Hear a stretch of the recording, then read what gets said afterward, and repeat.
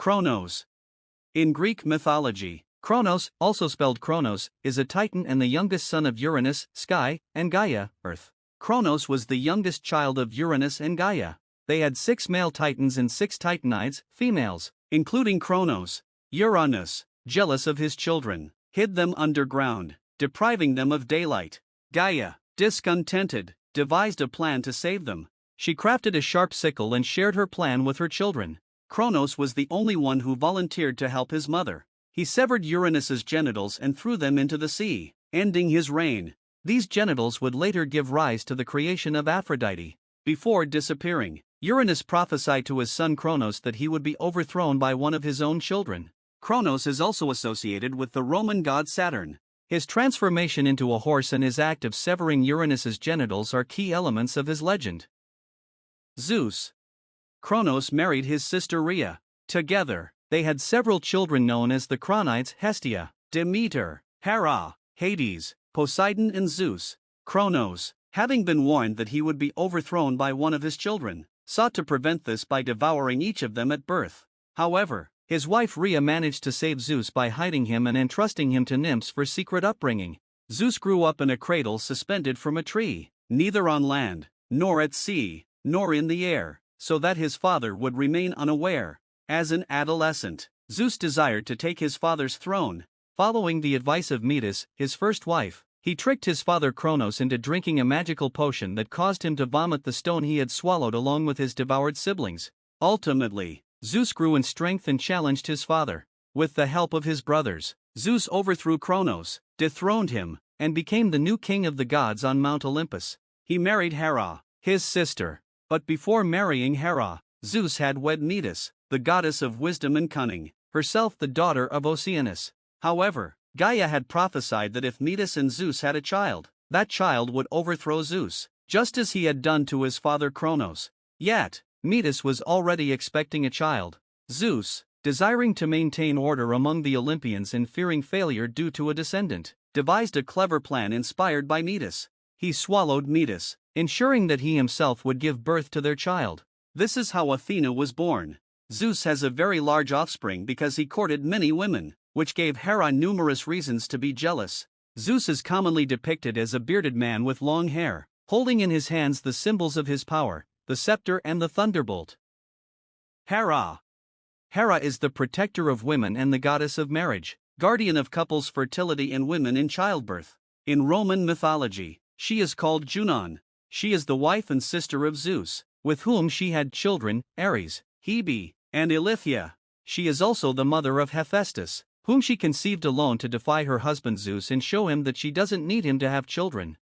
Hera was quite selfish, jealous, and not very pleasant. Disapproving of Zeus having mistresses, she mistreated them and their children. Once, during a dispute with Zeus over which sex experiences more pleasure during sexual relations, she agreed to let the seer Tiresias, who had been both a woman and a man, settle the argument. But when he asserted that women had 9 times more pleasure than men, she struck him blind.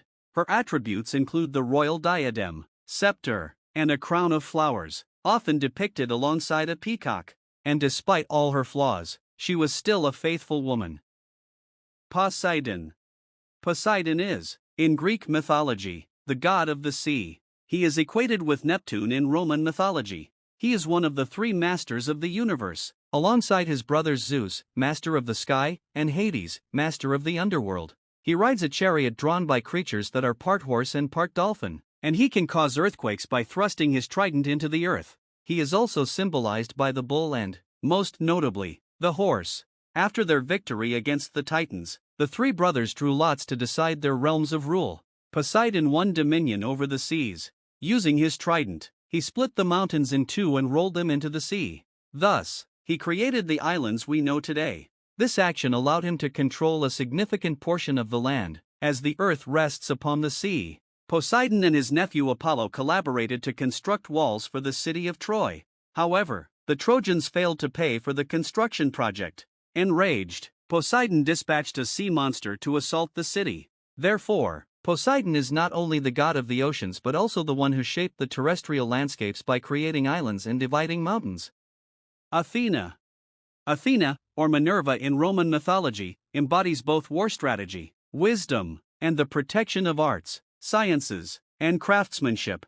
She is also the patron goddess of the city of Athens. Alerted by Gaia that the child he would have with her might overthrow him, Zeus devoured Metis, who was pregnant. Suffering from a headache, he asked Hephaestus, the god of blacksmiths and fire, to split open his skull. Thus, Athena emerged from his brain, letting out a fierce war cry. And she was already an adult and armed. She joined the gods in their struggle against the Titans. Athena gave her name to the city of Athens by winning the naming rights. Both Athena and Poseidon wanted to claim the city as their own, so they organized a competition, present a gift to the city. The deity offering the most useful gift would earn the right to protect the city. Poseidon provided the city with a spring. However, it was a saltwater spring, which wasn't very useful for the inhabitants. Athena, on the other hand, gave them an olive tree, which would be highly beneficial for their sustenance. Thus, Athena won the competition and named the city Athens. Demeter. Demeter, or Ceres in Roman mythology, is the goddess associated with cultivated land, fertility, agriculture, cereals, food, and harvests. Demeter had a daughter with Zeus named Persephone. One day, Hades forcibly took her to the underworld, where she became the queen of the dead. Desperate, Demeter searched for her daughter everywhere for 9 days and nights. During this time, she neglected the crops on earth, causing a famine among mortals. Realizing the dire situation, Zeus decided to send Hermes to Hades, asking him to return Persephone to her mother. However, Persephone had eaten 6 pomegranate seeds, binding her forever to the world of the dead. Zeus established an arrangement: Persephone would spend 6 months on Earth with her mother and the remaining 6 months with Hades in the underworld. As a result, each year when Persephone returns to the underworld, Demeter plunges into mourning, leading to winter and the disappearance of crops. When Persephone reunites with her mother, the earth blooms once more, creating the cycle of seasons. Hermes. Hermes, known as Mercury among the Romans, was the messenger of the gods and the guardian of travelers, merchants, and thieves. Additionally, he had the important responsibility of guiding the souls of the deceased to the underworld. From birth, Hermes displayed talents for cunning and a penchant for theft. When he was still a little boy, he stole a herd of cattle guarded by his half-brother Apollo. To evade detection, Hermes made the cattle walk backward and wore sandals with reversed soles. However, Apollo eventually tracked down Hermes. Through their father Zeus, Apollo compelled Hermes to return the herd and offer him a lyre crafted from a tortoise shell for the frame and cow gut for the strings. Apollo noticed that his brother was attached to the herd. He appointed Hermes as its shepherd and bestowed upon him a shepherd's staff around which Hermes entwined 2 serpents, thus creating the caduceus. Apollo, the twin brother of Artemis, is associated with solar light, logic, and the arts, particularly music and poetry. He is also linked to purification rituals and healing, although his bow can bring plague. After becoming an adult just 7 days after his birth, Apollo left the island of Delos in search of a place to build his temple. His journey led him to Delphi, at the foot of Mount Parnassus, where a sacred crater opened. This location was guarded by the fearsome serpent Python. Following a fierce battle, Apollo triumphed over Python and declared himself the master of the site. During the Trojan War, he supported the Trojans to the extent of sending a plague upon the Greeks gathered outside Troy. Legend even claims that Apollo directed the arrow that fatally struck Achilles in the heel. Ares. Ares is the god of war, weapons, and violence. He is generally impulsive and destructive, unlike Athena, who is much more subtle and strategic. Despite being unmarried, has many mistresses, including Aphrodite, the wife of his brother Hephaestus. One morning, Hephaestus caught his wife and brother in the act of lovemaking. He crafted a magical net in which he ensnared the 2 lovers. Poseidon paid a hefty sum to free Aphrodite and Ares, but he was punished by their father, Zeus. According to the tales, Ares was not well liked by the other gods. They never forgave him for allying with the Trojans during the war. Aphrodite. Aphrodite, the goddess of beauty, love, pleasure, and procreation, is also associated with seduction and fertility. She was born from the severed genitals of Uranus, which were cast into the sea. Although she is married to Hephaestus, this doesn't prevent her from having multiple lovers, including Ares, Hermes, Adonis, and many others. Aphrodite notably had the troublesome habit of desiring the love of all men. Aphrodite's influence extended beyond mere physical beauty. She was a force that shaped love, desire, and the very essence of life itself. Hephaestus. Hephaestus, the god of fire, forge, metallurgy, and volcanoes, comes into existence solely through Hera's will. Jealous of Zeus, who fathered the goddess Athena unaided, Hera decides to give birth to Hephaestus without a father's involvement. According to Homer, he is born infirm and lame. Disgusted by her son's ugliness, Hera hurls him into the sea from Mount Olympus. Rescued by the Nereid Thetis and the Oceanid Eurynome, he grows up beneath the ocean waves, mastering the art of forging. Hephaestus experiences an unhappy marriage with Aphrodite, who is unfaithful and regularly deceives her husband.